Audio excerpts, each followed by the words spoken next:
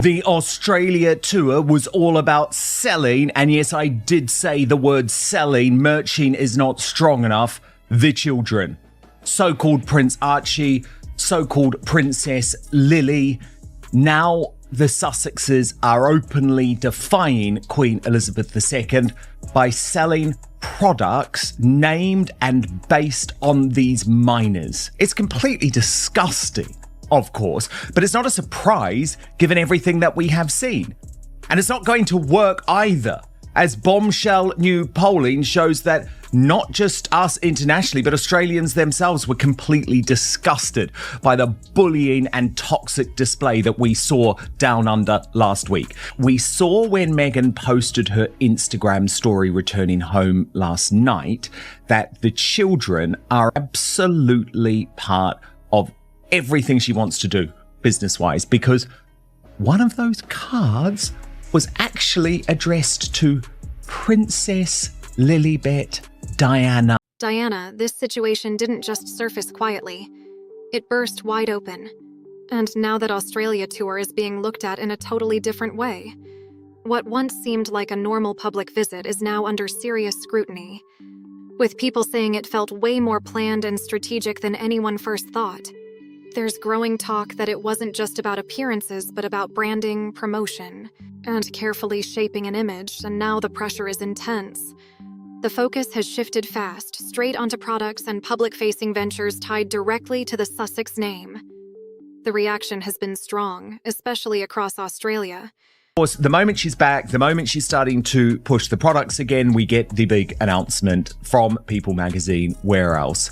In official press materials and product descriptions, Archie and Lilibet are referred to by their full royal titles. But what is abundantly clear is that Meghan now views her husband as just a bit part player in this business, because it's all about her. This visit was all about her. Candles inspired by the birth dates of Prince Archie of Sussex and Princess Lilibet of Sussex. Look, I guess they've got to use the names, right?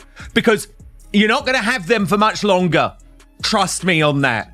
Those names are going. So yeah, make hay while the sun shines. Where people are paying close attention and questioning everything. Observers are now calling out what they describe as a tense and awkward atmosphere. And it's putting even more pressure on the couple's public image, especially with new products entering the spotlight. People are saying the vibe didn't feel natural at all, and that discomfort is only adding more attention. Then things took another turn after the trip when Meghan's social media activity started getting noticed. Even posts tied to business and image sparked reactions, with one post in particular quickly grabbing attention. It seemed to hint at a certain style and direction, pushing an already heated debate even further. The timing raised even more eyebrows, with some pointing out that it lined up with a significant moment. It was connected to Queen Elizabeth's legacy, making reactions even stronger and more emotional. Posts from the trip also drew criticism, with some saying certain moments felt out of touch, especially parts that looked overly staged or too focused on image instead of anything real. The second scent, signature candle number 604, is inspired by Lilibet, June 4 birthday, and listed as Princess Lilibet of Sussex's birth date. It's described as a light floral scent inspired by Princess Lilibet of Sussex's birth date, adding a sense of brightness and openness to the home. The scent is described as a warm, comforting scent inspired by Prince Archie of Sussex's birth date, bringing a soft, familiar ease into the room, with notes of ginger, neroli, and cashmere, a subtle wink to his red hair. The candle is inspired by Meghan's son, Prince Archie. The release states, "We all knew that one day Meghan would start merching her own children, and today is the day." It is, and it's really, really sad. You've got to have some fun with it, though. What really stands out now is the growing view that the entire rollout feels heavily centered on Meghan, with Harry fading into the background in key moments, and people are definitely noticing that shift. As soon as the tour wrapped up, the narrative flipped fast and landed straight on product promotion. Major outlets started pointing out how Archie was referenced in official materials, adding more attention. Nobody set out to destroy you. You destroyed yourselves in this country with your ludicrous, hypocritical behaviour. The truth be told, What she just said is complete and utter garbage by the British media, the public, and the royal family that they've all now abandoned. That's the Then things took another sharp turn, and this is where the noise really started getting loud. How about the fact that Meghan is just a downright bully? A total bully, which was something that we saw so clearly in Australia. But I love the fact that this particular piece of video is now going viral, which shows Meghan at the hospital, and a woman sort of comes over to her, or to Harry. That's the problem, it's to Harry, trying to help. And look at Meghan's death stare. Look at that. I think Meghan would be so much better off, but it's this incessant need to cling to the royal titles, to tell everybody that she's royalty, her children are royalty, all these sorts of things. And, her husband's over there in the corner who gave them all of that, but he doesn't really matter. She's so incredibly obsessed with it. 2 candles were introduced, each tied directly to specific dates connected to Archie and Lilibet. The descriptions were packed with personal touches meant to reflect identity, from warm tones to soft floral notes. Every detail felt carefully designed to link these products back to the children in a very direct way. People noticed that connection immediately, and the conversation picked up speed across the media. It didn't stop there either, because the rollout expanded quickly with bundles and collaborations. First thing is that these children are being raised in some type of freak show. It's like they are Michael Jackson's children, who were paraded to the world but covered up in masks. Yeah, but then remember, he covered their identities and their faces in masks. So of course they're very likely to be messed up, growing up with such messed up parents who are using them in such a mucked up manner. So that's the first thing I would say. The second thing I would say on the titles is that I think what Prince William is acutely aware of, and this has certainly been my reporting, is that look at what happened when you allowed to run rampant for so many years, chasing the cash. If you create a good business, it should be just based around you having good ideas, creating good products. Meghan Markle does not have any ideas. She is not good at business. All built around the same themes and those exact dates, and that move triggered strong reactions. Many started questioning how far a brand should go when family connections are used this openly. Media coverage split, with some calling it creative and others seeing something far more strategic behind it. Create good products. And so she constantly has to mine her royal connections to try to make something work, and she's getting diminishing returns for it. And I think this latest collaboration, not only is it offensive, she's launching it the day after Queen Elizabeth's birthday and during this whole birthday week, but the whole thing is just absolutely disgusting placement. And to monetize her children in such a way is deplorable, especially after proclaiming so often the dangers of social media for children. As the brand pushed deeper into lifestyle and fragrance, the scrutiny kept building with every new detail. The expansion continued with more products, turning those dates into a core part of the brand identity. Reports suggest this could just be the beginning, with plans to move further into home and lifestyle. In a recent interview, Meghan described the brand as a way to bring beauty and comfort into everyday life. But not everyone is buying that explanation, and online reactions show a clear divide between opinions. There's also rising scrutiny around linked branding and digital platforms, raising new questions about connections. Criticism keeps circling back to the Australia trip, saying it revealed tensions in public perception. One clip from the visit is now spreading fast online, adding even more heat to the situation. The moment shows a brief interaction during a hospital visit, and viewers focused on Meghan's reaction. That expression is now being replayed again. I can imagine a lot of Australians were like, why are they walking around like royals? Because Harry and Meghan's big problem here, the problem they're having in the United States, is that they have actual businesses that they can't run.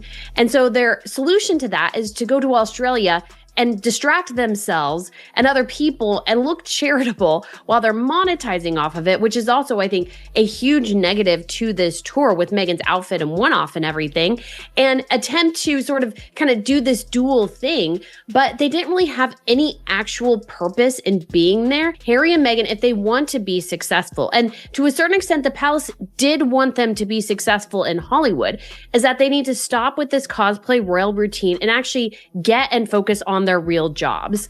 But they're not doing that. And I think Australians are wise to them. We've had 10 years now of BS, of lies, of hypocrisy from this couple.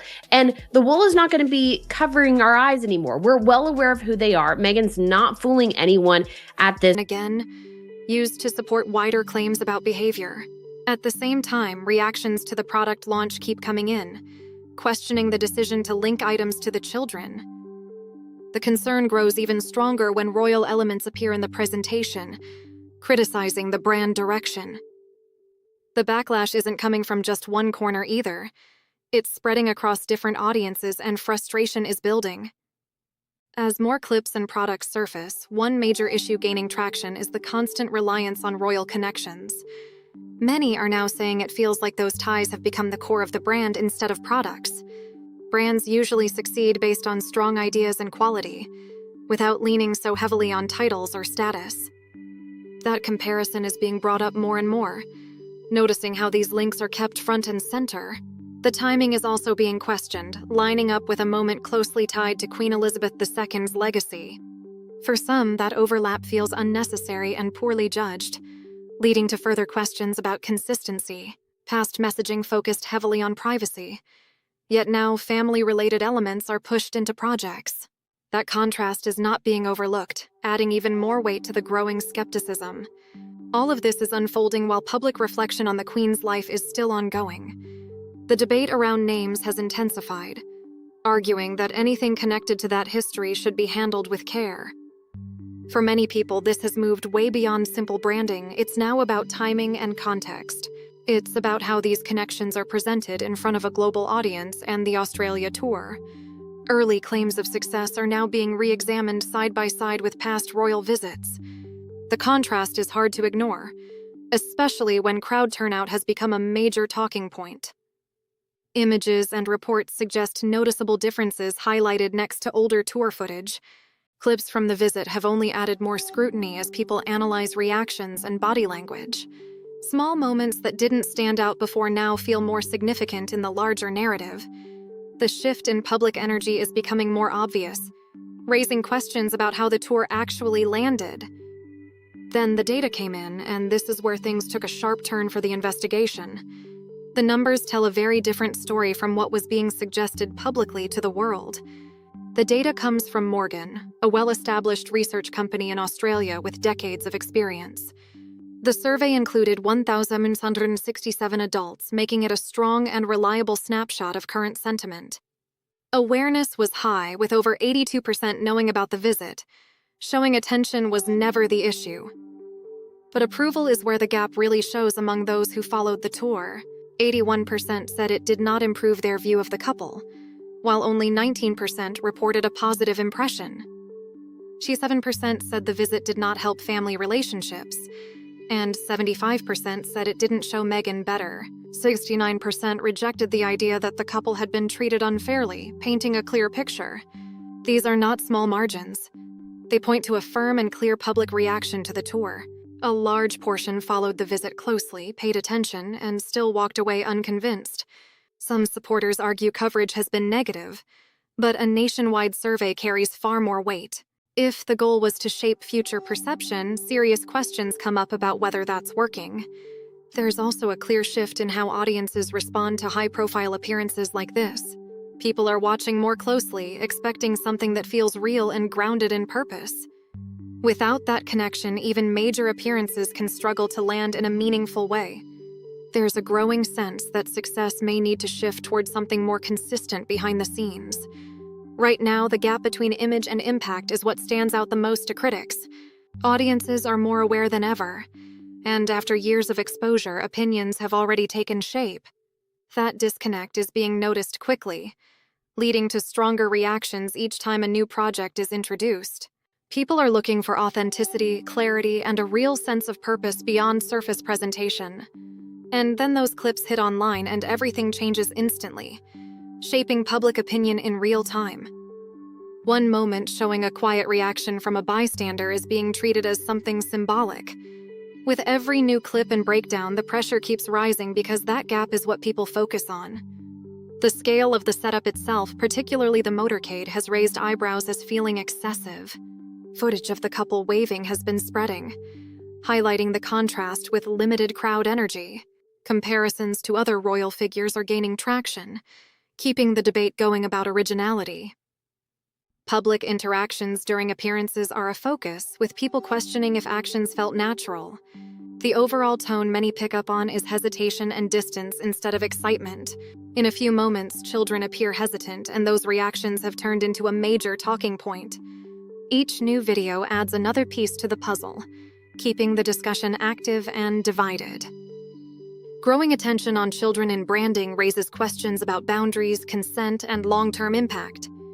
The focus keeps coming back to authenticity, especially in public interactions and how genuine they feel. Critics argue that blending personal life and professional goals raises uncomfortable questions about intent. A broader narrative is forming that the image feels carefully constructed. It just really kind of boggles the mind. I mean, just for titles, for example. So when Archie was first born, they said they didn't want him to have a title. He was going to be a private citizen. I was like, bravo, you understand. He's not going to be a working member of the royal family.